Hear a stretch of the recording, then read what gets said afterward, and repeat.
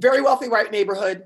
We were the only family of color until the 1990s. So they moved in there in the late 50s till the 1990s. Japanese American one moved in and then she moved out. So I want to, there's a lot of things I usually say in that, but I don't want to take up all the space to say about my own challenges, mine and my brother's, of having a sense of what it meant to be us in the neighborhood. I mean, I remember my first job was a paper route at 13. So here I was going around, you know, delivering papers.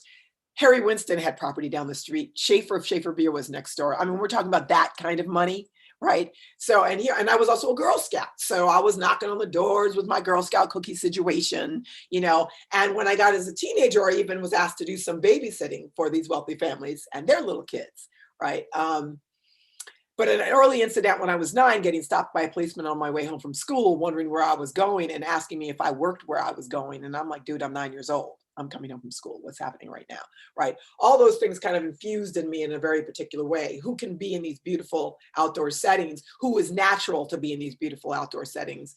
And what does that mean? But the piece where it got really personal right when I was in school that I started to study this as a piece of research was that the original owners, which were a man and a woman, the man died many years early. I'm just trying not to use their name. The matriarch of the family, the Jewish woman who owned back by the 90s, got very sick. And she knew that she wasn't going to live long. What's going to happen to my parents on this property? Now, she thought about trying to keep them on this land. They had been caring for the land at that point for 40 years. But that land, that property was worth over $3 million. The property taxes alone were over $125,000 a year. And even I have to say, she considered trying to make it work, but her grown children weren't having it. There were a lot of complications about the property and the estate. At the end, she had a house built for my parents in Leesburg, Virginia, because at this point, me and my brothers are out in the world. My youngest brother had settled and married and kids. I'd never settled in, so there was that. So they have this house on a half an acre of land. The original owner dies, the new owner comes on. It was a wealthy white dude. My parents stay on until 2003 because there always have to be people caring for this land full time. Finally, he finds a family from the Dominican Republic. They leave. They moved to 2003. I'm working on my, my PhD. I watched my father get really depressed because he talks about missing the land. Now, I'm not even dealing with the fact I can never go home again, right? Because that's been my home. But it's easier for me to think about my parents, right? And at that point, they received a copy of a letter from one of their old neighbors. And the letter was from the Westchester Land Trust. Now, there are land trusts all over this country. And one of their jobs as stewards is that they would protect, take care of, assess a piece of land. And I will say, they get to say that it has value or not. And in this case, a conservation easement was placed on this estate, which means in perpetuity, nothing can be changed. That's how I simply understand it. It also means the owners don't have to pay taxes, but I learned that later. Okay, but now. It's protected. I'm just saying, right? So when that letter went around to all the old neighbors, one of the old neighbors sent a letter to my parents, which I now have. It was a 2-page letter, beautiful pictures of the estate, talking about all the environmental values of the estate, where it sits in the watershed, wildlife on the property. Here's why it needs to be protected. At the end of the letter, the land trust thanks the new owner for his conservation mindedness. He'd been on the land maybe 5 years. There's no mention of my parents who cared for that land for nearly 50 years. So that is the moment when it got so personal. I was like, we all just got erased. My parents just got erased. Wow. Like, what just happened there?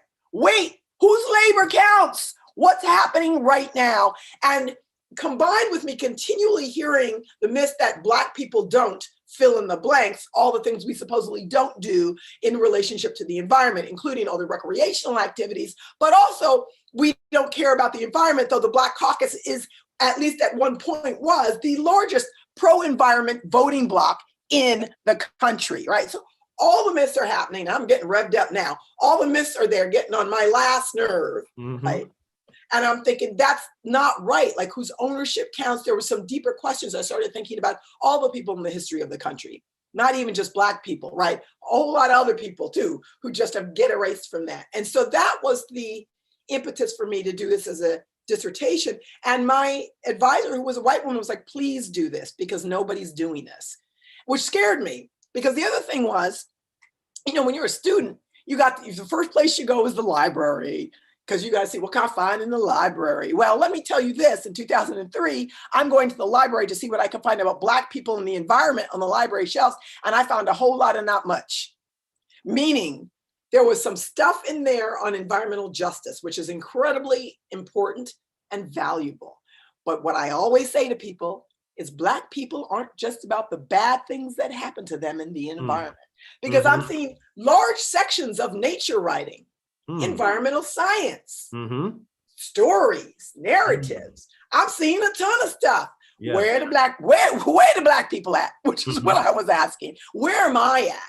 Like, that was also what I was asking. Where am I at in here? So that was really the impetus. And the Black faces, white spaces part of the title, in part, in honesty, I was talking to a white friend of mine who was also in school named Tom Robertson, and I was telling him about what we should call this. And I think I said Black faces, and he went white spaces. And I was like, yeah, Black faces, white spaces. And we were kind of laughing. I said, no, that's actually it. Oh my gosh. You know, when I think about parks, when I think about, and I'm thinking environmentally, like I could go beyond the environment and have that same conversation, but I was thinking, you know, parks, places, spaces, outdoors, estates, whatever it is. And I think about whiteness, not as a bad thing, but whiteness, as Baldwin says, about power, and that it's centered. So it means that everything in this country is referenced through that lens. Yeah. And that's what I was trying to get at, the Black space, white space. The second part of the title, Reimagining the Relationship of the African Americans to the Great Outdoors, it got changed to that for a technical reason. My publisher, you know, when I had Black faces, white spaces, African Americans in the Great Outdoors, he thought, you know, you have to say a little bit what you're doing with this. You have to say it in the title. I thought it was too wordy, but now I actually understand, because that's what we agreed on, was the reimagining. Because he kept coming at me and I'm like, no, that's not what I'm trying to say. No, that's not what I'm trying to say. Reimagining, that's what I'm trying to say. That's not even the whole thing, but I wanted it to be generous and spacious as an idea. You know, Black faces and white spaces is already provocative, and I'm okay with provocative, but I'm not just inviting in Black people, because generally we don't have to read about a lot of this because we already know, because we be living it. I'm just saying. Right. So I was I was opening it up, knowing that I want this to be a conversation, particularly for a lot of white people who are in positions of power, making decisions, everything from environmental legislation to running parks and environmental nonprofits, to deciding what curriculum goes in schools, who do we talk about, what stories have value, and in some cases, just being able to see it, right? Because sometimes, you know, when you haven't had to see a thing, because you always at the center, you know, and I always like to say privilege has a privilege of not seeing itself. You know, you also need to be trained and taught and poked and prodded and sometimes kicked to look at the thing in a very different way. So reimagining, I like that, because it also didn't assume, and I say this with all my heart and love, that as Black people, broad and diverse and expansive as we are, it didn't mean that we didn't have any work to do too. One of the things that came up for me, when you have been wounded as a people, you know, I was just reading something earlier, corny, like thinking about love, and the way my father is a wounded individual. He now has early stage dementia. He's 88, 89. I didn't get along with him for a good part of my life, because this man was an angry man. He was angry at America. He was angry at white people. He was just angry, angry, angry. And the way he took that out, the way he thought he could have control, was by telling me and the family what to do all the time, right? And you already get a sense of me. Don't try to tell me what to do. I'll actually do for you, but don't try to tell me what to do. But we were up against this, and he had very narrow ideas of how he thought I needed to show up in the world in order to be okay. And the thing that I understand is this man had a rough life, you know, had a job at 12 years old, taking care of his family. His father was an alcoholic, lost two men, brother and sister, one through suicide, one through car accident. I mean, like a lot of Black people, he suffered a lot. The little bit of land his family had, they lost that. You know, there's story in there, as there is, I think, for everyone. And to expect that he knew what love is and how to be loved when he was never shown love. How are you a veteran for your country? You went out and were ready to lay down your life, even if you didn't know better, but you went anyway, and you were killing people in the name of a country that couldn't even see you as human. So as an adult, what I can recognize is how deep that wound is. And that wound varies for a lot of us, right? I still got Negro on my birth certificate. What's up with that, right? I'm just saying there's so many places in there of the woundedness, so that I know that collectively that healing, that sense of love, a sense of worth, the sense of value. A lot of us have it more, I was going to say in spades. What? But a lot of us have it, and a lot of us struggle around what that is, because even though we have it on one sense, you suddenly get yourself in a white space, and you're not always getting that kind of affirmation back about who you are. This last year has been interesting. We can have a conversation about that, because it's the year of the Black people. But, it's some time right now. Right. But, oh God, I forgot where I was going with this. It was something about where was I going with that, Alex? I don't know. I'm trying to. Well, you drew me into with the year of the Black people also. And I thought about, the peak Blackness. So, the title, Reimagining, as an, earlier today I was working on so I'm a columnist for this Earth Island Journal. So I was working on a column, and I had to finish it. I called Flipping the Script. And I was kind of talking about, the ideas of race and difference and the environment and ways within which, are the stereotypes and bias and everything we bring to the table. And the editor, near the end, I was just trying to say that, a lot of times when I talk to predominantly white groups about the environment and climate change, and sometimes they say, but it's so urgent that we take care of the environment. Is really diversity? And I'm like, really? I have so many things to say about that. Not the least of which is like, for a lot of Black and brown people, it's been urgent for the last 450 years. Okay, all you got to do is ask any indigenous person. It was urgent the minute that knucklehead lost his way, Christopher Columbus, and decided what this place was and what was going to happen, right? 1619, right? Right. It's been urgent. Both the things are urgent, but also the idea that we think we can do one without attending to the other. Do you think that you can actually address the environmental challenges and climate challenges in the way they need to be addressed without addressing the relationship you have with the other people out there in the world? Absolutely not. Because all you're perpetuating for me is the same power dynamic, the same idea, the kind of egocentric idea that there's one way to do it and there's only one set of people who can do it. And actually, you got to have everybody on board. And oh, by the way, some of us have been this resilient and doing this sort of thing our entire lives. We don't have to have letters after our name to show that we have the experience and the background and the know-how in terms of how we should show up right now. So the reimagining for me gives it some spaciousness. It's like, we can all reimagine. For us too. I don't want to be solely defined by my pain.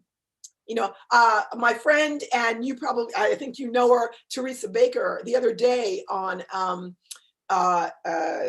Instagram, I saw she had put up a little thing saying something like, yes, I love Teresa too, Teresa. She put up a thing saying, something about for journalists to stop every time they want to talk to a Black person about the environment, wanting us to talk about our trauma. Because for many of us, I'm not saying trauma doesn't exist if you're Black in the United States, right? I'm saying we are also, for me, it's about joy. Like my love of, if I want to be in the outdoors or go on a hike or go on a walk or just sit under a tree, and enjoy myself, because it makes me feel good. I'm not sitting there thinking about my trauma 24/7. So so there's also even that dynamic of the expectation. And when I'm generous, which I really try to be, because I do believe that I don't have to oppress anyone in order to make my point heard. And because I want to meet people where they are, and because I do this as my work, when I'm talking to somebody, especially white, I was like, how do I expect them to do anything any differently when they've never had to do that before?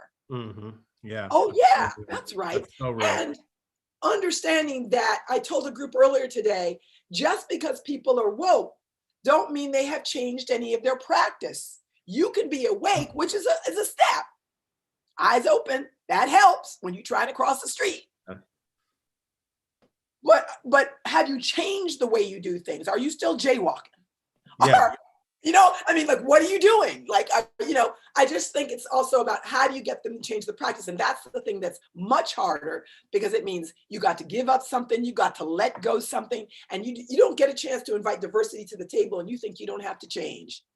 The minute you invite difference, not only might you have to throw out the damn table, which is what I say anyway, Yeah. but you invite difference means you're inviting change, which means you got to change.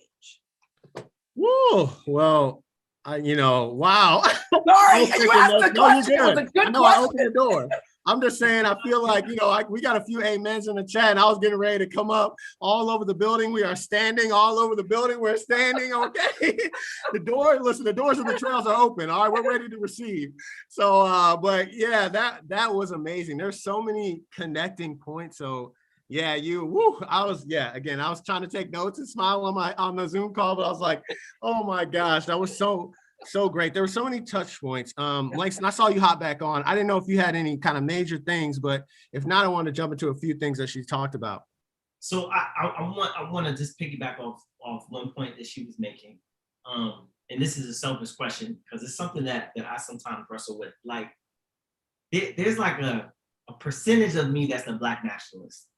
It might be like 25 to 50%. Might be 70. I love how you got a number there, 25, 50%. Depending on the day. Okay, yeah. Right? And so You're like, I wrestle with, like, you know, a lot of times when you're in a space or spaces where Black folk aren't represented in mass, it sucks to be the only one, right? And so the diversity piece is like, I understand the need for me to be in certain spaces and other folks to be in certain spaces, and that diversity expands the richness of the genius in any space. But at the same time, there's sometimes I just want to be in a space where there's a lot of Black folk, right? Yeah.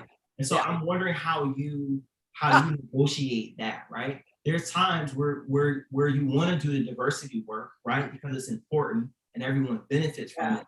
But there are also times where you want to be at home with your community, no matter where you are. Yeah. So how do you negotiate that? Oh, Langston, y'all got too many good questions. That's a good question, because sometimes I don't negotiate that well. So I want to be really clear that 70% of the way that I make my living, and I've been trying to build this public platform, particularly the last 7 years or so, but this was a plan ever since I went back to school, is to have these conversations in a variety of forms. I only have them when I get invited, because people got to take responsibility and be accountable for. You invited me into a room, especially predominantly white groups, because I'm gonna say some things now. And you invited me in to do that. Now, that means that I rely in part on making my living through this, but also, and which means that, so it has, in the last year, it has exploded beyond everything I can say. It's everything from academic institutions, government agencies, outdoor retailing businesses, museums, botanical gardens, community groups, faith-based institutions, book reading groups, podcasts, writing for. It is so broad. And you still have the majority of that are predominantly white in the environmental sector. But that's in part because in the environmental sector, it's still predominantly white in terms of a lot of the primary land trust and environmental organizations and government agencies. More and more I start to get invited by predominantly Black, I always say yes, like as soon as I see Black, I went, yes, because there's a way within which I feel both conversations are important. So when I'm having a better day, I will say to you that when I've often been the only one in a room and in a space for a really long time, and that's exhausting. And I remember that for a lot of my ancestors, they didn't even have that choice. And I remember for my parents, my high school education, my mother has dealt with depression her whole life. this was a woman as an artist in terms of what she would make and things she would do, but that she had 3 kids and, that's not the choices she had. So I really take ownership of my agency. And when I find myself tilting over into this, oh, poor me, which I know is not what you're saying. So now I'm speaking to your Black nationalist self. When is the steeliness that I have and the resilience and what is it that I'm learning? And you know what? The funny thing is I can get up and leave when it really isn't. And I can learn how to say no. And I can do that with respect, as Sweet Honey in the Rock says, a thank you and a smile will get you far. I know how to do that. And I know how to do that with steeliness and uprightness. I do not have to, oh yeah, no, I'm so sad. No, that's really great. I'm so glad you invited me. And I just can't do it today. But thank you. Maybe at another time. Really, wow. It gets better. In the last 2 weeks, I've had a couple of Black and brown. It's been a couple of those things have come up. And it's like now, I don't have to explain in the same way. That's what's, I think the freedom is, I don't have to explain it in the same way. Because I know the nuance is understood because it's lived. It's diverse, but it's lived by the audience that I'm talking to. Whereas I know, and I've been working with a lot of really well-meaning, thoughtful, good-hearted white folks who are just, they're there, they're listening. I can see their faces. I can tell, I'm like, and I can tell, man, the work that they have to do when you have been at the center of the world, of a world, no matter how hard you've worked, and this is for me, that's why I said it's never about how hard people worked, pulling yourself up by your bootstraps. It's never been about that. It's understanding that the space within which you've been working so hard, right, sees you way differently than when I'm in that space working just as hard, right? Mm-hmm. And there's a million reasons for that, historical and otherwise, right? You can draw a straight line pretty much from anything like George Floyd's murder. You can go right back, right? That's fugitive slave laws. You can go right back. You can just draw it straight back. We got so many instances. Well, you don't have to actually look that hard. You just have to look. And then you have to consider. So I want to say this because I have to say it. My God, the best thing I've seen all year is the Haitian director Raoul Peck's Exterminate All the Brutes, the 4-part series on HBO. It came out a couple of weeks ago, and he called out America. The title of the second episode is Who the F is Columbus? He pulled out everything: slavery, indigenous, land, the Holocaust. Yes. I had to lay out because I was like, Raoul, I love you, but you laid me out. But one of the things that he said, he made a point that we already have all the knowledge. But it's about getting what are we going to do about it? So I often tell groups, white groups, and I've been saying that lately, it's not that we don't know. Of course, there's always more to know, but you can't tell me you don't really know. Mm-hmm. All right. The thing is, it's going to cost you something. It's already cost a lot of other people something, in some cases, their lives. Where I'm talking right now, and people are dying right now. Right. And on the other end of the continuum, the rest of us are ducking and weaving, strategizing, getting exhausted, doing the exorcist, head spinning around. All the things are happening because we're trying to make sure, what am I? Am I a Black nationalist half the time? The other time I got to be, but this time I need to be in the room because I'm the only one. But this time I can't be in the room because I'm really exhausted. But now I'm talking, that's what we're doing 24/7, right? Yeah. There's a reason we be tired, right? There's a reason. And I feel really called to this time because, again, and this is something Teresa Baker, which I'm saying her name again, we've talked about this. She said, it's like the ancestors didn't even have this option, which doesn't mean I don't have a right to step back when I'm tired. I think the conversation about self-care, the conversation about how we can support each other, the conversation about recognition is really a powerful one. I've been dealing with my own form of depression the last few weeks because I live alone in Vermont. And I've been doing this 24/7 for the last year. And I finally hit the wall because part of the challenge, I like being in person with people doing this. It's tiring, but I get energy. But this is what I've been doing. trying to get the energy, I'm generating it and talking about something that can be re-traumatizing when I do it, because I tell personal story along with history, because I want to connect to what's real about it. Anyway, whew, Lord, see, I'm also, this makes me so excited, right? Right. I'm saying Carolyn Finney, unfiltered. Right. Yeah. That's so good. Gosh, I mean, there's so many connecting points, I think, on a personal level for me and just my even career journey, quote unquote. But then like even just the movement for Black Outside, right?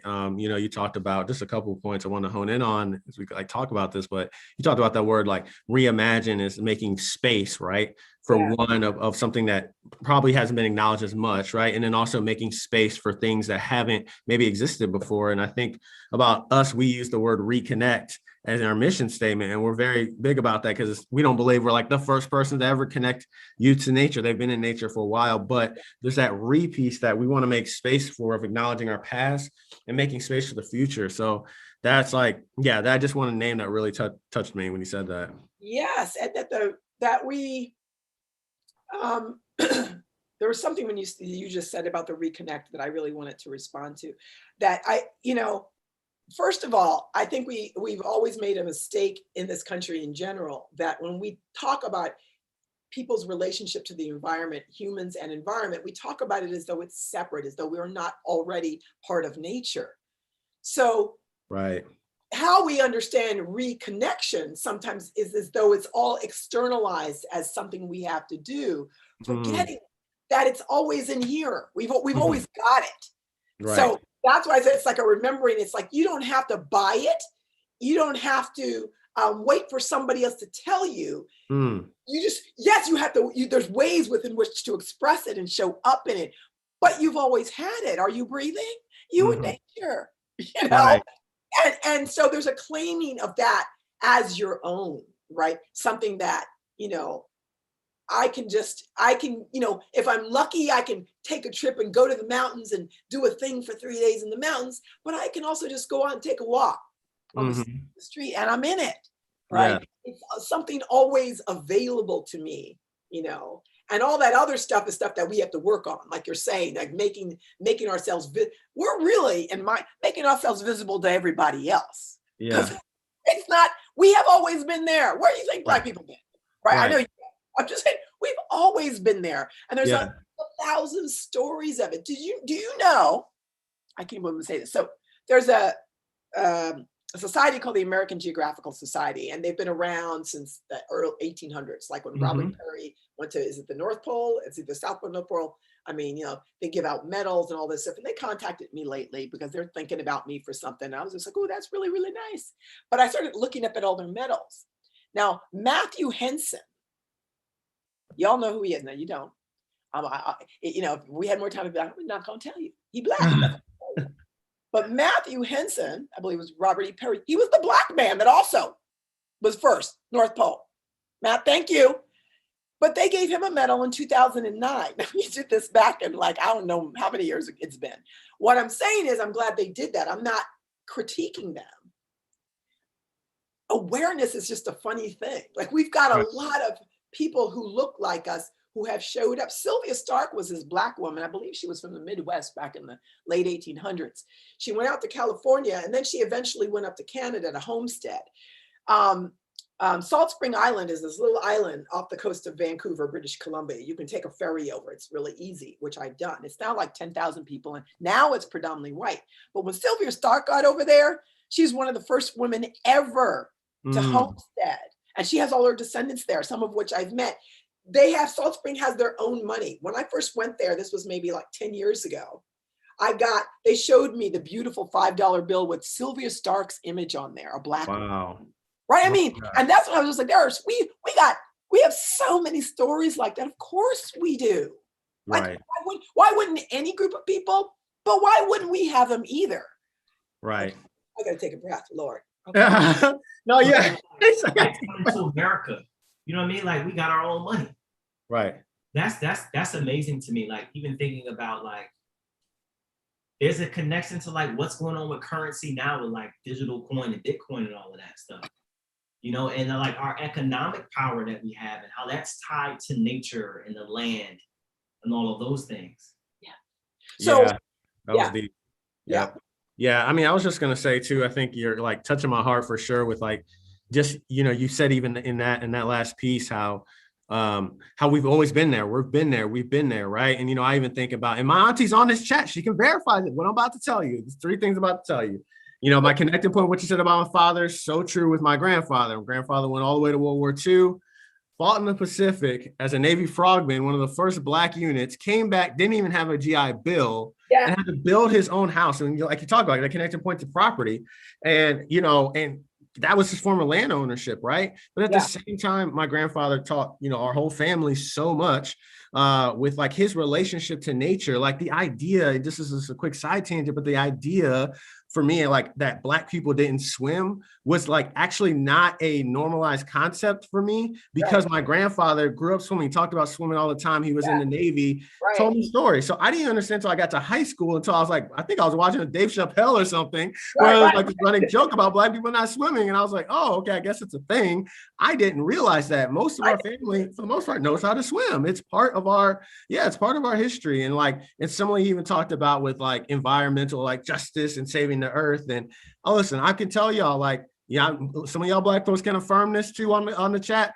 My grandmother literally washed foil. Like, she did not play about like reusing stuff. Like, she washed foil. She was washing paper plates. Like, I think about how much stewardship she actually had. She wasn't like, I'm just gonna go just like dump stuff because I want to dump it for trash. She was very intentional about using things. And how many times are there stories elevated, right, for communities of color, right? How many times are like it's told that we are these land stewards, or just not centering, again, the experience, especially of like middle class, what environmentalism looks like when it may look different based upon class lines. So, and this is always the more, this is always the thing that's I'm a little more tentative about saying in a predominantly Black audience, but I think, you know, I believe in our collective truth, the truth will set you free, you know, even though we won't agree on what that is, and that's okay.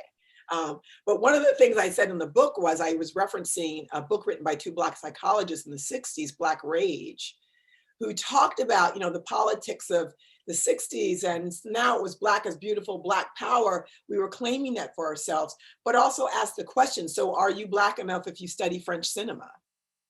And how he says, maybe they were saying, maybe we've shrunk our ledge a little bit. And I have to be honest with you, I've had experience where when I tell Black people, yeah, I'm backpacking in Nepal, Black people don't go to Nepal. Right. I'm like, you know, and understanding the multi-layered set of meanings behind that, right? That, you know, but also, especially when I was younger, wondering, was I going to lose my membership? That's just okay, thing. You know, I'm saying, right, really, because does that mean I'm not Black enough because I'm doing these? I like these other things too. Like, what do I got? Do I have to whip out my Eldridge Cleaver or my Malcolm X? Like at the same time, because I'm diverse, I'm within. And freedom, for me, the ultimate, my ancestors and other people fought and died for, means my freedom to choose. Freedom, right? To really be free means that I have the agency and the sense of confidence and who I am and the right, to make a choice for myself, knowing it never diminishes my Blackness or anything about me. It only expands who I can be as a human being at the end of the day. And it needs to be true for me, and it needs to be true for everybody, right? It needs to be true. So there's also that place of, again, for me, it's a woundedness. It's kind of, I mean, you know, I got bullied in elementary school right up through high school, but you know who I got bullied by? The Black girls. Yeah, that's who bullied me. I know exactly who they are. And they bullied me on the regular. And they were a small group. It was a predominantly big white, you know, high school. And because they lived in the working class section of town.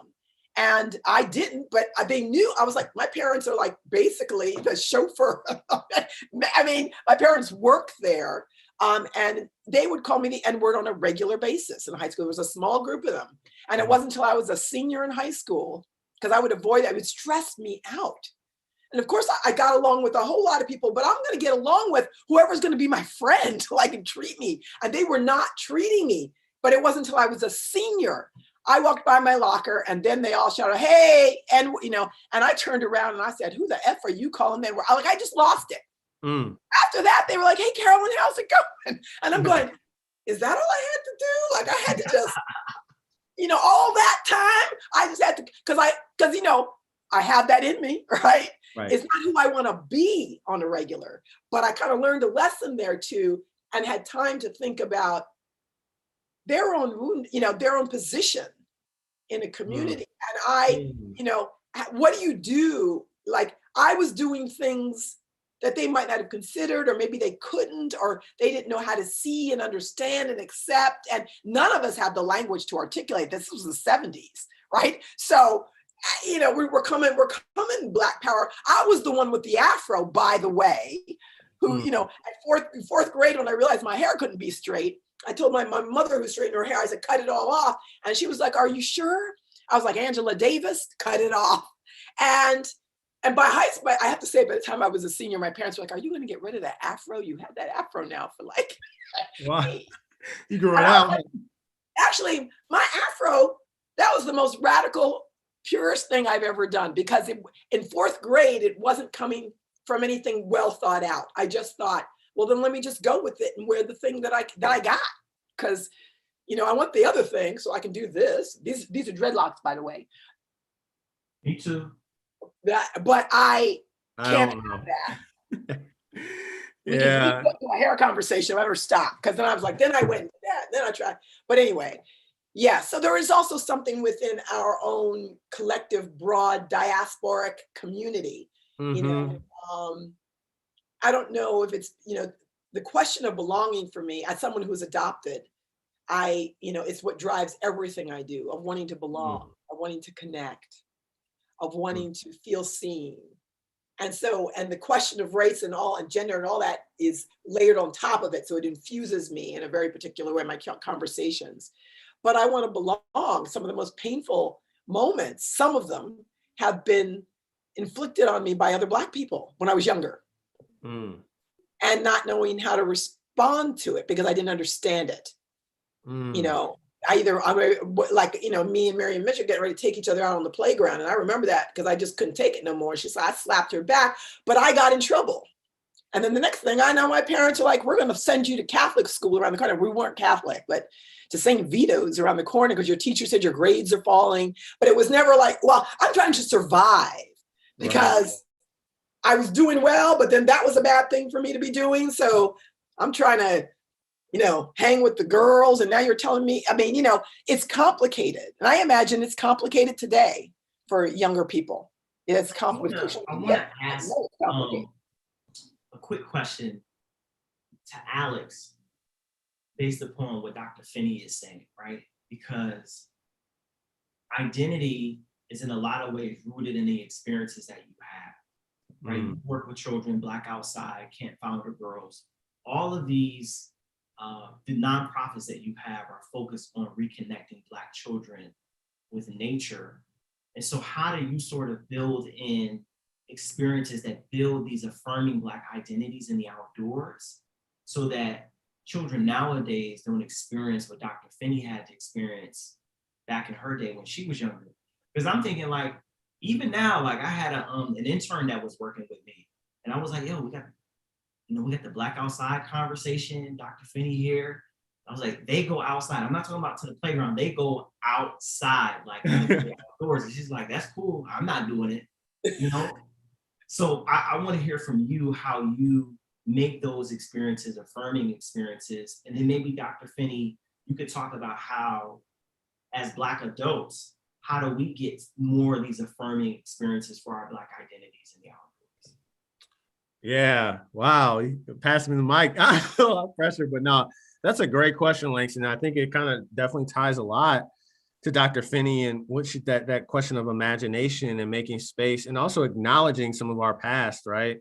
Our team does an amazing job, like really thinking intentionally about like each experience that we provide. And not that every experience is perfect. So we had one last month that was not the most ideal backpacking trip. But all that to say, like, you know, we're really trying to be intentional about that idea of cultural relevancy, right? And that's, to me, you know, why I don't think when we had our like kind of preview call for this and mentioned this, but, you know, I worked at a predominantly white summer camp, and that's what really sparked this connection of, oh yeah, of course, nature is like a good, great place to be, but wait a second, this has like tremendous impact on youth. And when I think about my summer camp experience, I had a blast at that camp. It was really great, right? But I knew that if I dropped off, you know, 20 to 25, you know, Black youth there, they would have fun, right? But I know the curriculum, it wasn't relevant, right, to what they're experiencing. And just this idea of like what programming really connects with me. I think so much. I said this on a summer camp session call once. I said, hey, have you ever thought about, all summer camps do this whole big thing. They always have some big story, right? A lot of times it's cultural appropriation of indigenous folks, right? Some big story that they're telling and retelling, or even just a fictional thing part of their camp. And I asked this, you know, this white camp that is trying to become more diverse. I said, do you have any stories at all that feature Black folks as characters? Oh, yeah. Right? Like any at all. And you don't know how much of a difference that makes for so many of our youth to see themselves, even if it is in an imaginative way, like in the outdoors, even if it is just in a theater play during summer camp, even if it is just like, you know, one of our summer campers came with this idea about how like Black bears are Black, like are really Black, right? And like just that imagination that she sparked at age 11, right? And so it was so powerful for us, like we think about our, I mean, really trying to almost remap and talk about reimagine, right? Making space for this idea that you can see yourself here. This is not just a white thing, not just a white thing at all. Like this is a human thing that we're all connected to. You've been in the outdoors for centuries and centuries our people have. So that's like what we think about a lot with programming, and even just like everything to the T from, you know, especially at our summer camp, like all of our chants are mostly from historically Black colleges, right? And so it's just like little things like that that we try to tweak. And then on top of that, you know, our Bloom Project does a great job really tying the environmental justice piece to like the lived experiences of our youth. It's very community centered. So in the way they analyze it is like by, you know, analyzing lyrics from Tupac and hip hop artists, and then thinking about their outdoor experience of like actually gardening right after listening to that, right? It's like building those bridges. So, you know, and I think about your work, Dr. Finney, I'm gonna pass it to you. It's just like, you had such a good chapter about representation. And I always think about that so much, because it's like, for some of our youth, they literally have not, like they've seen like themselves doing this, like informally, right? But not in like, it's not blown up on media. It's not in stores. They're not seeing themselves represented. So two things I wanted to say. One, when I'm working with students in particular, no matter what their background is, I have them all write an environmental autobiography for 3 pages, 4 pages. I said, everyone's got one. It's your story, you know, whatever story you want to tell, if you went to camp, where you grew up, your grandmother's garden, doesn't matter what it is. I said, it'll be the easiest A you get. But I'm asking them to do it for a couple of reasons. One, for them to be really clear about where it is they stand, that they do have a relationship to nature that initially got constructed by whatever their childhood experience. It doesn't matter if you're in a city, a suburb, or a rural area. It actually, nature's everywhere. It's just, but you had that first experience. It also shaped your bias. And bias is not good or bad. It's just bias. It's a perspective. It's a subjective view. So I'm asking you to take time with it. When I was doing Black Faces, White Spaces, both as a book and as a dissertation, and I interviewed Black people, one of the things that a number of them said to me, especially the older Black people, and I would say, so when I say environment, what does it mean to you? They would say, well, nobody's ever asked me that before. And it was always really moving to me, right? Because sometimes there would be they feel kind of intimidated, like, oh, I don't have a story. And I'm like, what do you mean? Are you breathing? And I'd say, of course you have, right. But I understood because, right, nobody's ever asked you that before. Remember I talked about not seeing our stories on the library shelves? Nobody's ever asked you that before, but that doesn't mean you don't have one. And so my thing was, now I want to listen to everybody. Like, that's what I said. So I turned it into this thing where it's like, you've got a story, but I want you to start to own your story about what it is. So again, it's internal. It's not always external. We're working on all that other stuff to change, right? But meanwhile, you can be just clear about what that is. The other example that I wanted to give was, so some of you may have remembered in the early 2000s, Alice Randall, who's a Black author, she's a Black writer, she's now down at Vanderbilt in Tennessee. In 2003, she wrote a book. So remember the book, Margaret Mitchell, they made a big movie, Gone with the Wind. Remember Gone with the Wind and the book, yeah. Gone with the Wind, right? So Gone with the Wind was about the South. It was about Reconstruction. It was about Civil War, all through the lens of this white woman, Scarlett O'Hara, and her privileged self, right? We know that. And all the ways within which slavery and Black people were used as this kind of backdrop to her larger experience, right? Well, there were so many things for me problematic about the story.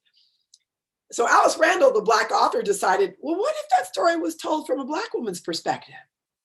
And so she wrote a book called The Wind Done Gone. And The Wind Done Gone was about Scarlett O'Hara's mulatto half-sister, Sinara, right?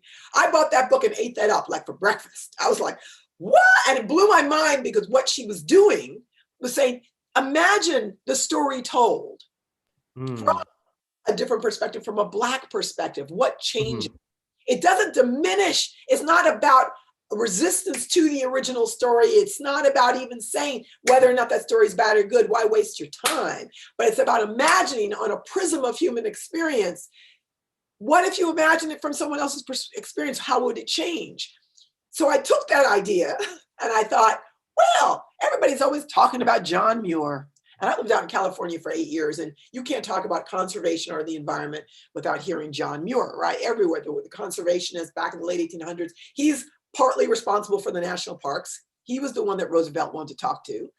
And also, if you read some of John Muir's works, he was racist. And I'm not very racist. Very. He was racist. But he wasn't only racist. That's and the thing is, the complexity of who he was deeply committed to nature. He had some really interesting ideas. Both and, that's right, both and, Nicole. He was deeply committed to those ideas. And for me, that's what made it interesting. And when I met last summer, when the articles were coming out in the Washington Post that John Muir is racist, Sierra Club says John Muir is racist, I'm like, some of us have been saying that for a really long time, but okay. But when his great-great-grandson, Robert Hanna, said, would you have a conversation with me, a podcast? Because he was deeply distressed by it all. And he also didn't want to respond to the mainstream media, say, yes, we're so angry. Because he says, yeah, no, there's some truth, there's truth in there. And let's have a podcast. And one of the very first things I said to Robert Hanna in the podcast was, he was introducing me to his audience, which was predominantly white, and saying, I invited Carolyn, Dr. Finney on the show today because, the media has been trying to get me and my family's attention. My phone's been buzzing off the hook like something happened to a member of my family. And I cut in and I said, that's because something did happen to a member of your family. That's for me what I always want to remember, is that it is connected, maybe not directly to me, but it isn't. So I said, I'm going to take one of John Muir's works and imagine if a Black woman wrote it. And I took the title is 1,000-Mile Walk Through the Gulf in 1867. And that's when he spent a year walking through southern states, made it all the way to Cuba. He was looking at the impact of war on the landscape. I pulled out quotes. I was reading it from people, showing his quotes where he makes lovely observations about nature, and then racist things he says about Black people. I lifted it verbatim. I said, hold them next to each other, because that's the reality of our world. It's not one or the other.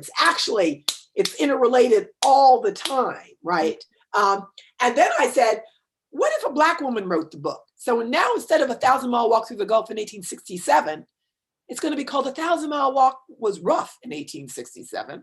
And her name is Sojourner Washington Douglas. And then what I did was I pulled out quotes that I made up. I pulled out quotes that I made up, and I said things like, she escaped. She was born on this plantation in Louisiana, and she escaped. She had to use the back roads because she was too dark to pass as white when she made her escape. But then I pulled out real quotes about lynchings that were taking place, for real, that actually were happening, to make the point of her ducking and weaving through a hostile landscape.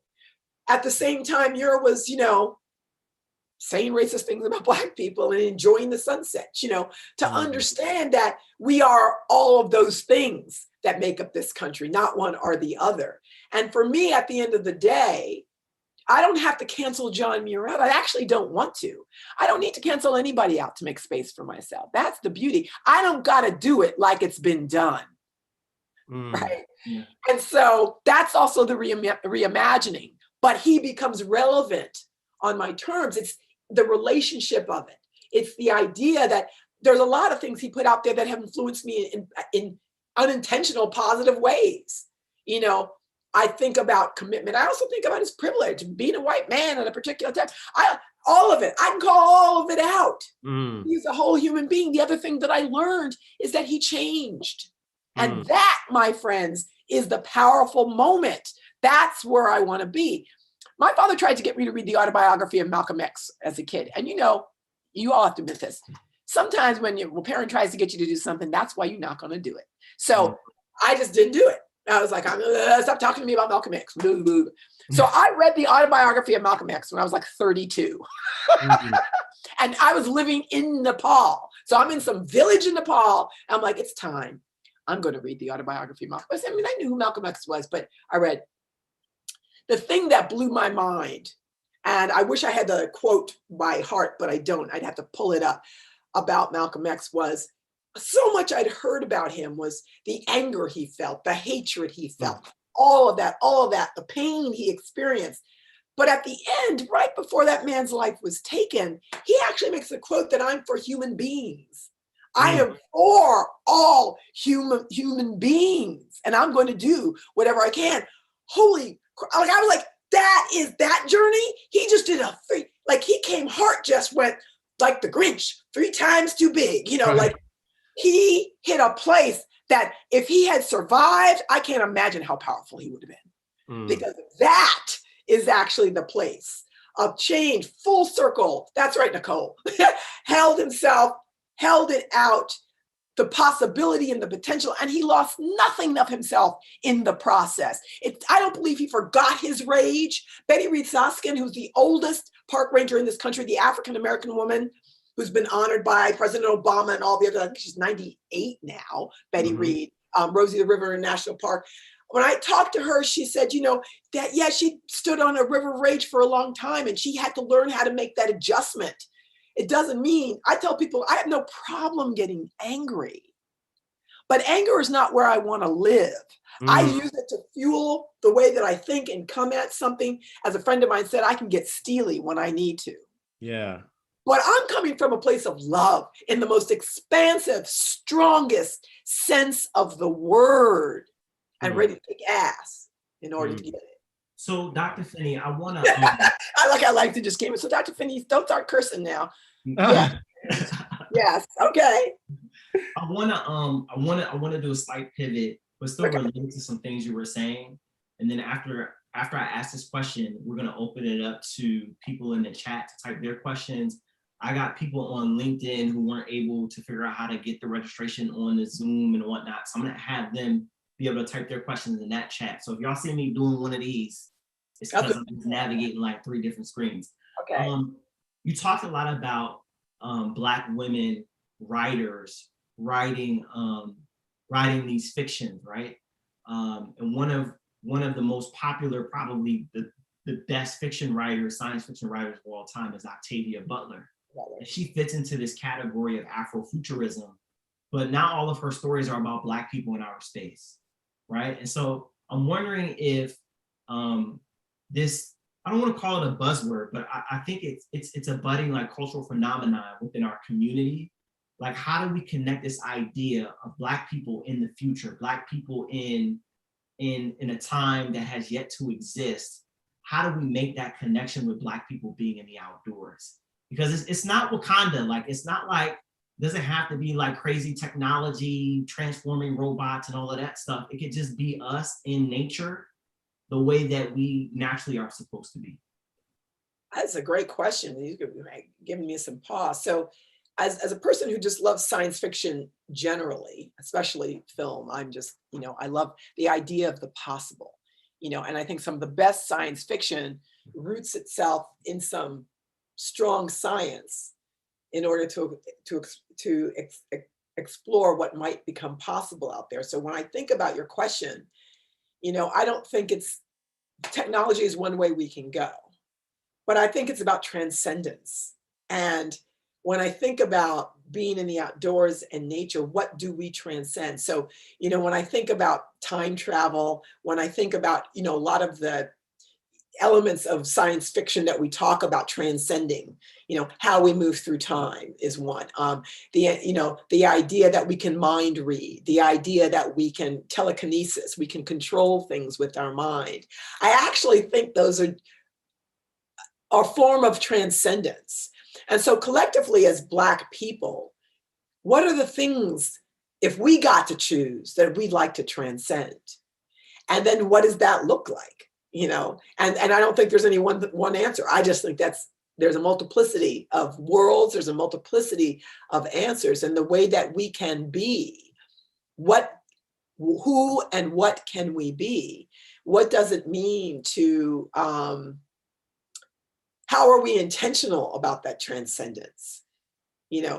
So transcendence, when I think about that in terms of science fiction, I think about there's also risk. When we think about you're trying something that's not known. You're either going into something that's not known or trying something that's not known. And, there's so many those moments when I'm watching them in the movies, like, do you remember the movie Stargate? Because that was just on again. And I started watching it. Stargate, right? Which is like they found this thing that they can walk into and be into this other place. But in all those moments, really, we don't linger there, but how does somebody make that? They just walk through a Stargate. Like they don't even know where they're going to be. Like there's no oxygen tank. Like what's happening right now? They're just doing the thing. When I think of transcendence, what are we letting go of in order to transcend who we are, in order to be the thing we can't see yet? Yeah. That's it. I don't think it's about knowing what that is, because that takes out all the fun of creation. I think the thing about Stargate, though, not to cut you off. You had to jump in about Stargate. Go ahead. That Stargate was a great movie of my childhood. Yeah, okay. Think about those, and I think it was like these Egyptologists, scientists who were like digging in the dirt in the ground in Egypt, but they had to be in nature to do that. Yes, that's right. a job that requires you to be in a natural environment. Yes. And imagining ourselves in things that we can't even imagine or fathom yet. Like it requires us to be in nature because you never know what you're going to find out there. Yes. And that's like, to me, like when you said that, like that's the transcendent thing. Because you being in nature is a part of us maybe transcending. Yes. Yeah, that's deep. That's so deep. And I do just want to make space really quickly just to acknowledge, like, it just makes you think a lot about, I personally been reflecting obviously on the idea of rest in the last year, and stillness and pause, obviously given what's happening in our world. And, it's one post I follow, Nat Ministry. Some of y'all follow it. I see some head nods, right? And they had a post, I think it was recently, where they just talked about this idea of like, you have to cultivate rest in order to, cultivate this imagination. You have to make space for rest for your mind to imagine things. And I think so much how important that is, even internally for our teams. Like, we do ask each other, like, how have you been resting lately? Like, right? Because I feel like what you're talking about, that idea of transcendence for Black-led outdoor education programs, because I've seen like predominantly Black camps, right? But I've never seen one that owns, 1,000 acres and has a summer camp that's full of Black kids all year round and things like that. And there's definitely maybe some in pockets, but they're not Black-led and founded, right? And the Black folks don't own the land as far as I know, right? And so I say all that to say we're trying to imagine or transcend into something that, like, we haven't had access to, at least in this time of our lives. And so, that really spoke to me as, someone who helps lead, and found a Black-led outdoor education group. And I mean, I just want to shout out, there's definitely some Black educators, in the chat right now, Nicole, Bree, Sierra, like a lot of others that I just want to acknowledge, especially Black women who are doing this imagination too. And now, like, that is just so important. So I just, and Alex, let me say too, because I just saw that Nicole, when she said the daydreaming, and last night I was in a public conversation with Kaylin Sullivan-Tutrees, who's both a Black and Lakota artist. She's 75. I've known her for 40 years. And one of the things we were talking about is the importance of having time to dream and vision, right? And that understanding that is an active part of the creative process, right? It's an active part of the rest that, Alex, I think that you're pointing to, that it is not a doing nothing moment, like nothing's happening, but that in order to give that space for something to come forward, in order to create space for us to be rested and be aware, right? That we have to actually make space for the vision before deciding what it is we're trying to do even, right? That, because sometimes we kind of hop to that right away, and to allow space for something to emerge there. Yeah, I'm with you. Whew. Yes, I'm seeing in the chat, Sabbath, rest, like that concept, but yes, that's really good. So I'm gonna ask a question from the LinkedIn chat that we have going on. And it's from Brian Fertig, who I think works in the environmental space. And he's asking a question about bridging the gap and connecting Black folk, I think, like organizationally, to careers in environmentalism and careers in the outdoors. How do you create the space for that within what I think would be predominantly white dominated organizations? So let me reframe that, right? Because most of our audience is Black, right? So speaking to maybe a Black college student who's a freshman in college and doesn't know anything about like environmentalism or the outdoor field or whatever that is, I'm not all that knowledgeable. How do you begin to have those conversations with them so that they can sort of begin to have these transcendent experiences?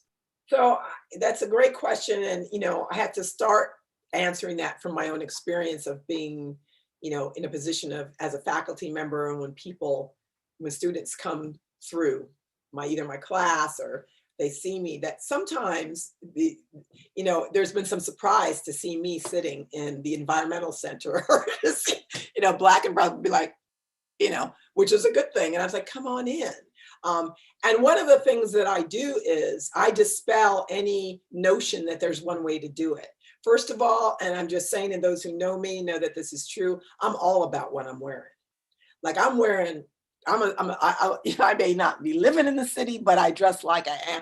I don't look like I'm about ready to go on a hike. If it's time to go on a hike, I can get ready to do it. I got my fleece, but I don't, that's not how I roll.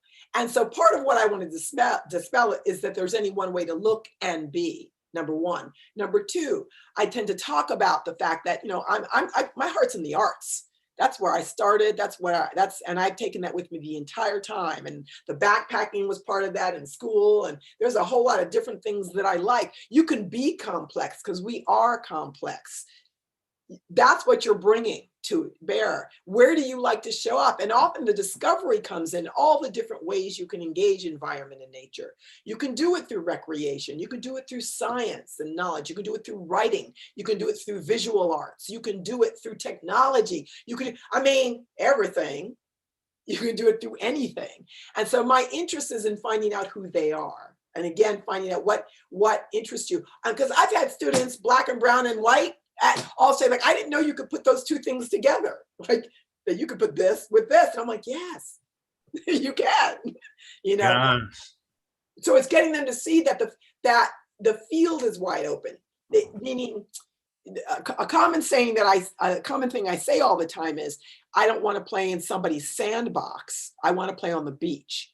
And I say that the beach has so much more to offer. Why would I want to go to anybody's sandbox?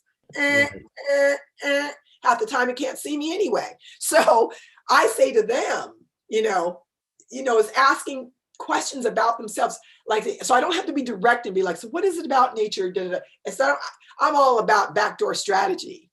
And guess, so what do you like? Like, when you came to school, what are you here doing? What makes you happy? What's the thing that you get excited about? Tell me something. And sometimes I have to talk to them a little while. And I say, well, you know what that makes me think of? Have you thought of, and I'm bringing in science fiction movies, and they can't believe I know that, or this piece of music, and I've got that. And I'm like, yes, you know what you got at your disposal?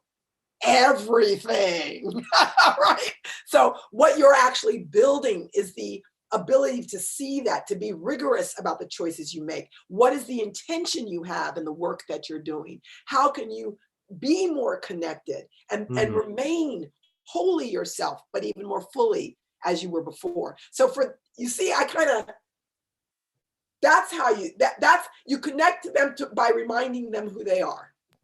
That's how you do it. That's deep. Yeah. I mean, it makes me think a lot, even for our organization, right? Like you'd be surprised. Like, yeah, we definitely have some amazing folks of color who volunteer with us, who've had experience backpacking, things like that. But, the backbone of a lot of some of our programs are like, first thing we ask, like, do you care about, youth? Do you care about our Black youth? Do you care like deeply, especially for a kid that looks like you, that maybe hasn't experienced these things, right? And it's one of my favorite experiences also just like taking folks who haven't done some of the experiences like we get to do with kids, backpacking, camping, like our volunteers for the first time with the kids. And those are some of our most powerful experiences that we have, where they're like experiencing this alongside it, and they're not in it for like, oh, I just really wanted to go to this state park, right? It's like they're in it because it's like, man, I care about this young kid, the young Jamaica, right? That's learning to fish for the first time. I'm sure I'll do it. I'll learn alongside him. And yeah, I love what you said, like kind of that approach of, and may think about that as an idea tied to transcendence, right? Langston, and kind of like the idea there of like this Black outdoor space. I love that. It's a beach, and the connecting and entry points aren't just one way through, visiting a state park or one potential career. Remember, in the book, when I talk about Brenda Palms Barber, the Black woman in Chicago who started the company called Sweet Beginnings that makes honey and honey related products. Mm-hmm. And part of the reason she started that, right, love me some Brenda Palms Barber, was because there were a lot of previously incarcerated Black men and women, young men and women, who come out of jail and couldn't get a job. So she worked with the community to come up with these ideas, and came up with all these ideas, and in the end, she got this idea for making urban honey and honey-related products. But one of the things that she told me, she says, when she would interview one of these young men and women, this is something I've often said in talks when I use it as an example, she would say, hi, so you're looking for a job? And one of these young Black men and women say, yes. And she goes, and so you were in jail? And they'd say, yeah. And they weren't feeling so proud about that. And she said, well, what were you in jail for? And she said, usually they'd say for selling drugs. And then she would do a dramatic pause, and she knows it made him a little nervous, and then she'd look at them and say, well, were you good at it? And they'd kind of go, yeah, until I got caught. And she said, well, what were you good at? And they would say things like, well, I understood the quality of my product. I understood the value of my customer base. And she would just say, well, that's fantastic. And we're going to transfer that knowledge over here. And what was so beautiful about that was they weren't empty vessels that needed to be told and filled up. Mm-hmm. They actually already were whole. Yeah. And yes, it doesn't mean there wasn't new things for them to learn, but there was a recognition like, oh, you got that skills. That's instant confidence. Mm-hmm. You just gave that was instant confidence. Like, because they had to learn the life cycle of the bee. Everybody in the company did. About 2 years after I had interviewed and met her, she invited me out to talk to a group of about 100 people in the community. But there was also one of these young Black men. He got up to say a few words. And when he got up there, he was in a suit and he looked kind of uncomfortable and he had his head down. And the first thing he said was, I never knew green could be so good to me. I mean, I broke down in tears. We were all crying because he was suddenly part of it. There was a different, if she had come to him and be like, we're a green business and what we're looking to do is promote young Black, people who've just come out of jail, she would never do that. I'm really being right. To make a point, to being dramatic. But she recognized, like, it was like, who is this person? Who are you? Because it's also about relationship. It's also about trust is embedded in there. And within the trust, there's an understanding that there's space. I'm not trying to get you to be like me and do what I do out here because I know it's fabulous and beautiful, even if it is.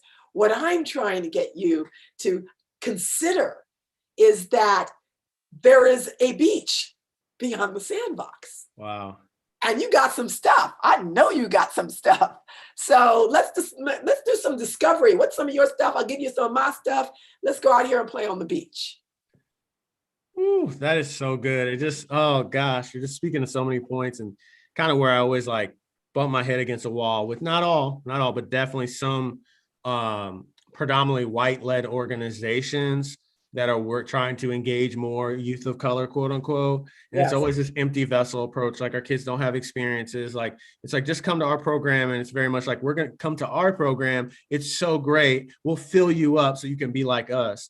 Right. It's not actually caring about the whole vessel. I love that point. That was awesome. Yeah. Langston, I know you got one other question, right? Okay. Yeah. One other question. Okay. So, and I think it's good that you talk about not treating our children as empty vessels. And one of the ways that children gain experiences without actually being in those experiences is to read books, right? And so, Dr. Finney, as a final question, if you were writing another book about I am writing another book. Well, go ahead, talk about it. Tell us what's coming up next. And you also have the documentary that's coming out too. I don't know if you already mentioned that. So if you could tell us what else you have coming out next, that would be great. The book, I'm really glad that I wrote Black Faces, White Spaces. It wasn't everything I wanted it to be. It was my first attempt, but it's like, I've never had a child, but I imagine it's like you have your first child, right? It was like, and then you have it. And so you're always going to love it, even if you can see a little bit of its faults, but that's okay. It's there. And it's opened up so many doors for me. But the book I really wanted to write, because I was embedded in academia and they fought me on that. I wanted to make it accessible so anybody could read it, which isn't something that people in academia wanted me to do. And so the book that I want to write now is I call it creative nonfiction, but taking the story of growing up on the land. So I won't tell you the first half of the title. I'm just going to tell you the second half, which is the geography of a Black imagination. So I'm leaving out the first half on purpose, but I wanted to imagine my parents' journey as Black people in this country, on the land, in place, on the estate. Questions of belonging and identity, how we each create a map of our world, right? We create a map, and that map in part is based on what we think we understand and we know what we think is possible, and how my map of the world compared to my parents is so much larger and wider than that. And so I want to ask questions about race, land, belonging, identity. I was adopted, so I want to look at the DNA, like really when we think about blood and blood in the soil and blood relationship, like what does that mean in this larger conversation of kinship to also nature and non-human and each other, and the whole sort of Afrofuturism part, and what does that transcendence look like in terms of what becomes possible. So, and I can work out a lot of my own stuff. That's so, if I'm really honest, is my own healing and my family. That's also part of it. It's like, I know I've got a lot of layers in there, but that's what I'm doing with that. And the documentary is, so how I want to explain it, because it's not my documentary, but that in working on the One Woman Show at the New York Botanical Gardens, about 2 years ago, I gave a talk at the Telluride Film Festival in Colorado. And there were a bunch of us, me and Teresa, James Mills, Jose Gonzalez, the focus that year. So it was, film directors and everybody, but the theme was equity. So they invited a bunch of us to come talk to a predominantly white, well-heeled audience about equity. Robin DiAngelo, who wrote White Fragility, was also there, right? So we were all on the stage together at different times telling our story. And I got up, and my piece, I called it Whose Story Counts. And so behind me, I tell the story, and pictures of the estate, I talk about that. And I tell the story of growing up on this estate. And I say some other things I drop. So there were a lot of people in that audience, some famous, some not. You met people, it went well, whatever. Last summer, after George Floyd got murdered, and Christian Cooper had his skin weaponized against him, and I wrote that piece for The Guardian, this woman, a white film director named Irene Taylor, who has won Emmys, who's been Oscar nominated, reached out to me, and she said, "Will you get on a Zoom call with me?" And I said, "Sure." She goes, "I saw you tell that story." She goes, "And I'm right now doing a documentary for HBO on trees. And the way that I'm going to tell the story is I'm going to pick a few stories of different trees, but the people in relationship to them." And she said, "And I realized I thought about, you said, Whose Story Can I had nothing in here on Black people. And I just wanted to talk with you about, if you're willing to give me some ideas of what I could think of." And I said, "Oh, sure, I'm happy to do that." Now the obvious would be to talk about lynching and trees. And then before she could even, she says, oh, I don't think I'm the right person to do that. I said, and again, Black people aren't only the bad things that happen to them. So I told her a much smaller story that I think I mentioned one line in the book, in Black Faces, where I said, for my parents' 40th wedding anniversary, my father gave my mother a weeping cherry tree. And when they left the estate, it had been in the ground like 10, 15 years, so they couldn't take it with them because the roots are there. And I'm telling her the story about this tree. She liked it so much. She says, I think can I do your family, like about being on this estate? And old movies, everything. So in the end, and she was originally going to do a global thing and tell all these stories, she decided, in part, she said, because going back and looking at land ownership of that estate, because, Native people were on it before anybody else, right? To really go back and think about that. She says, I think I just want to focus on North America, 4 or 5 stories in North America.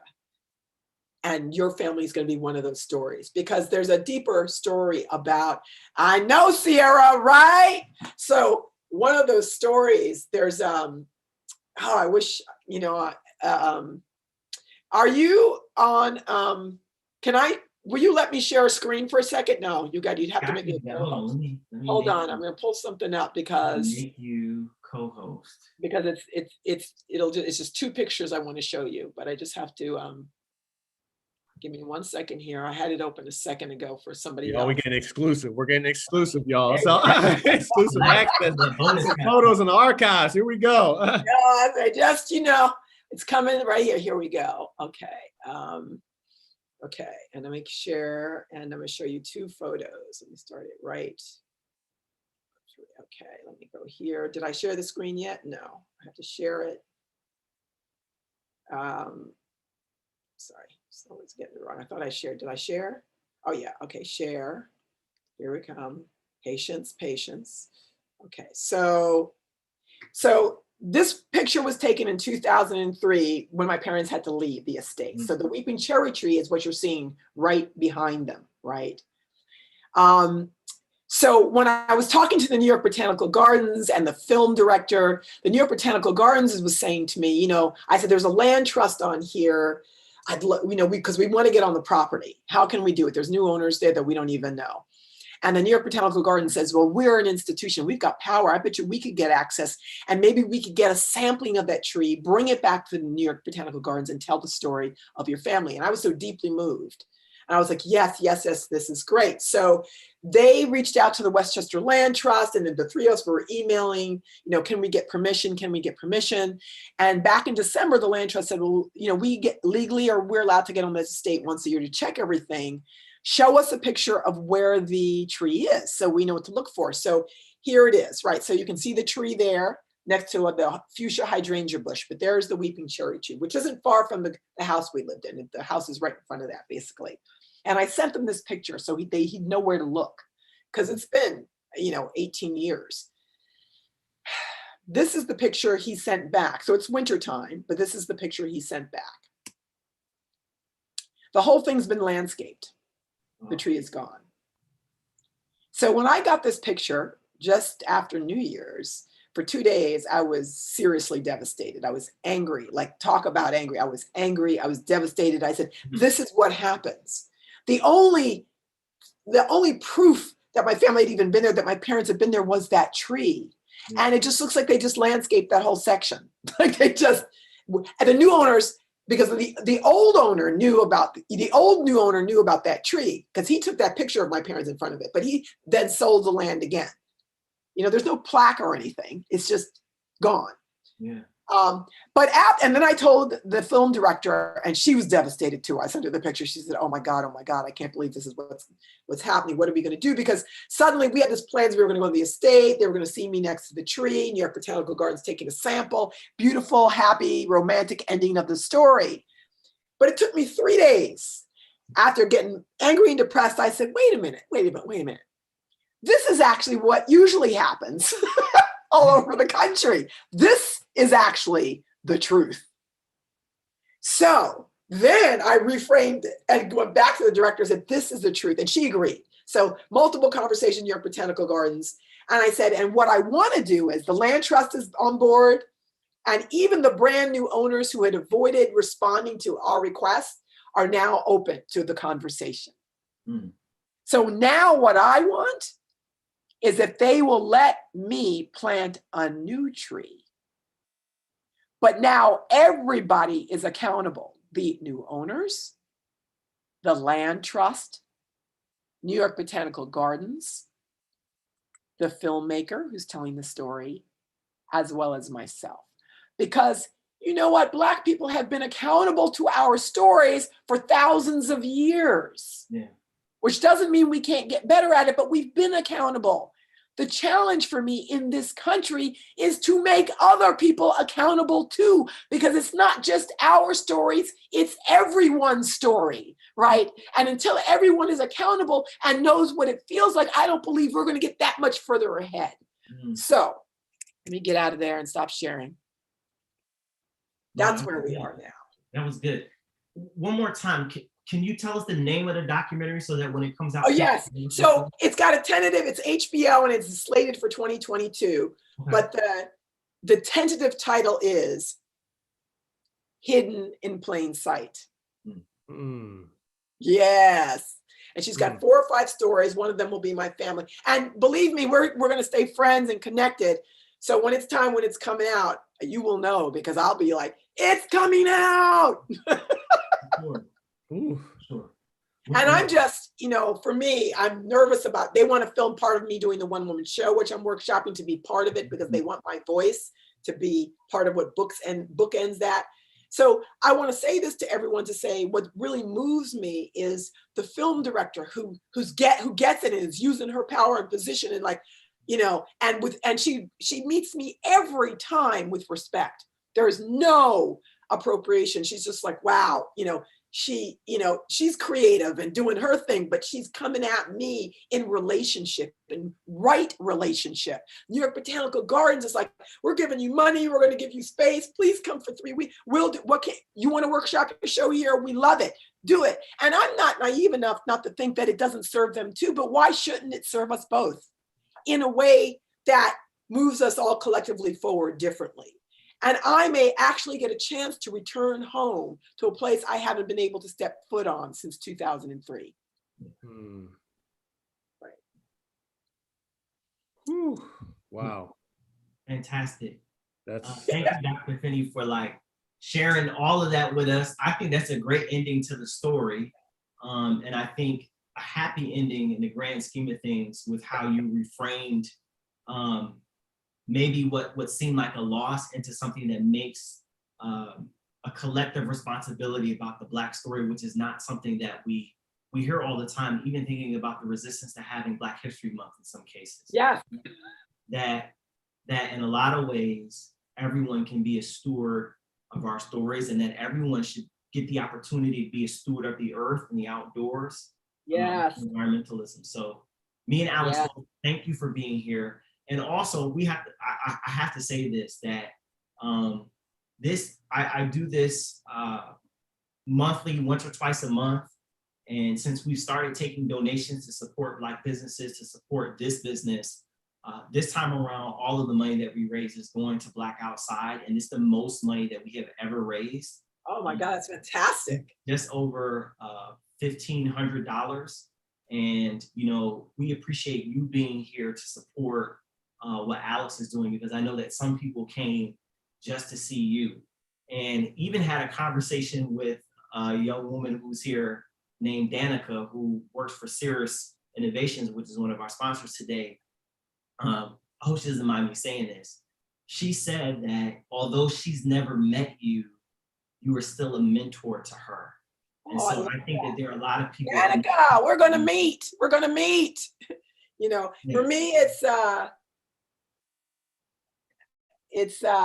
I love that. And, you know, I think of it as a friend of mine said, it's the modeling what becomes possible, right? And I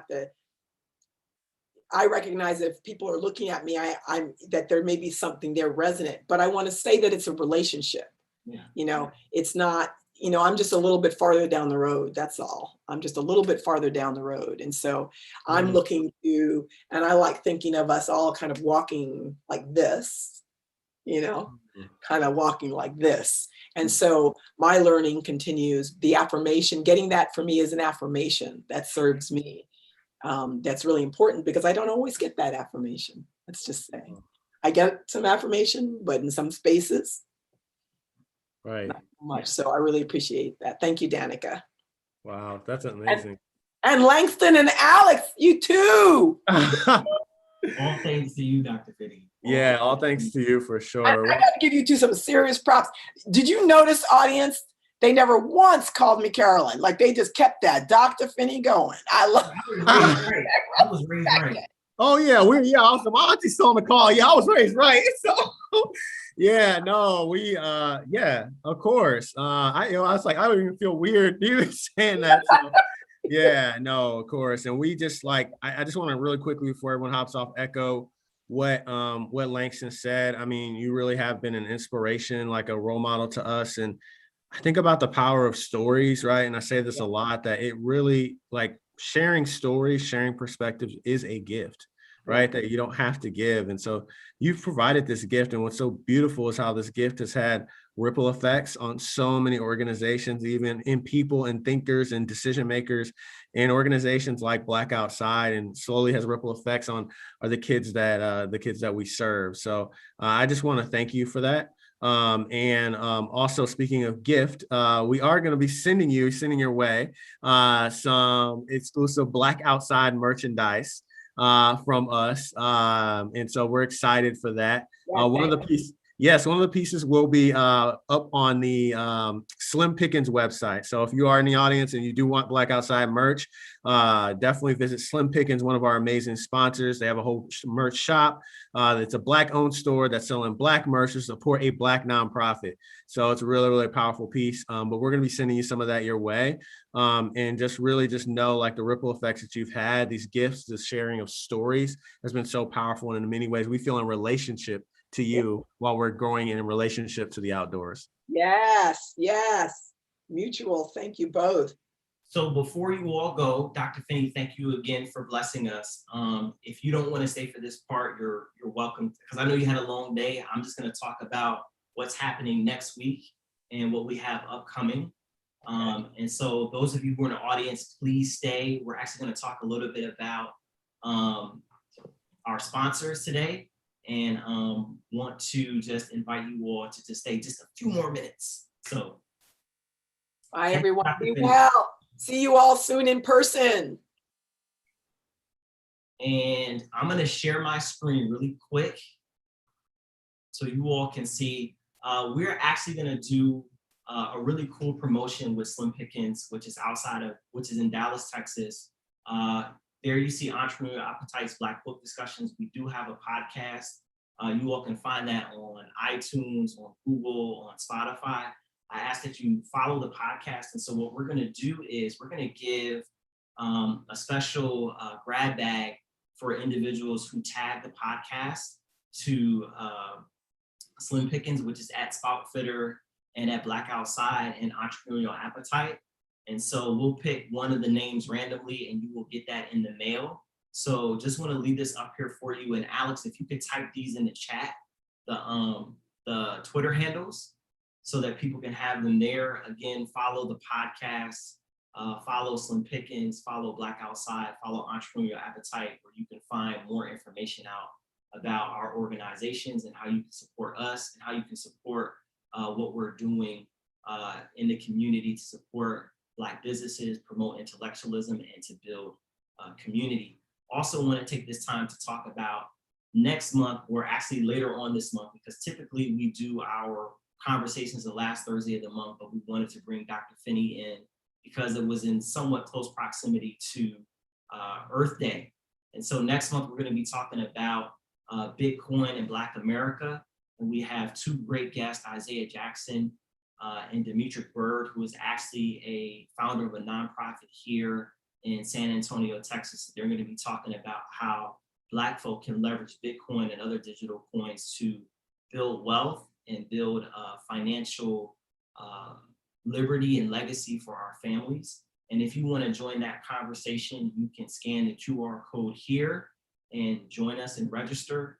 I will also be sending out a brief follow-up tomorrow to today's session with all of this information, and really want to take the time before we all take a dive and leave, because I know it's late. I want to give Alex an opportunity briefly to talk about how we can support Black Outside and the things that he's doing here in the community before we log off. Oh, thanks, brother Lexington. Yeah, it's awesome. As y'all could tell, definitely check in on the podcast, Entrepreneurial Appetite. It's phenomenal. So, yeah, I think just quickly, I gave my spiel about Black Outside. Some of y'all got connected to this because of that. Some of y'all didn't. So, just know, yeah, Black Outside. We're one of the few Black founded, Black led outdoor education organizations in the whole country. We're hoping to inspire many more. And so know that you can always support our work. Even simply following, sharing, tagging our work is super helpful, just to amplify and show our kids that they matter, their joy matters, their liberation matters in the outdoors. If you're regionally in Central Texas, definitely feel free to reach out to us via our website or DM us about volunteer opportunities. We're always looking, especially for BIPOC folks, to help show our youth and reimagine for our youth what the outdoors can be. And then lastly, another great way to just support us is, by supporting Slim Pickens, one of our sponsors tonight. Going on their website, a portion of proceeds and sales from our merchandise goes right back to our organizations to help us get more kids outdoors. And you can always donate on our website directly too. So thank y'all so much for all your time tonight. It's been awesome. Ooh, one last thing, got to give a shout out to Cirrus Innovations. Again, yes, also our sponsor. And then if you all go to the Slim Pickens website, those of you who came on a little bit later, if you use the code in all caps EA Book Club, you will get a 10% discount. So if you go to the Slim Pickens website and you use in all caps EA Book Club, you will get a 10% discount. And like I said, I'll send that information out to you all via email. So as a follow-up, and I'll also post it on the event page on LinkedIn so people there can have it and support these businesses and whatnot. So appreciate all of you coming. Thank you for taking the time to join us, and hopefully we'll see you next month and for future events. Thank you.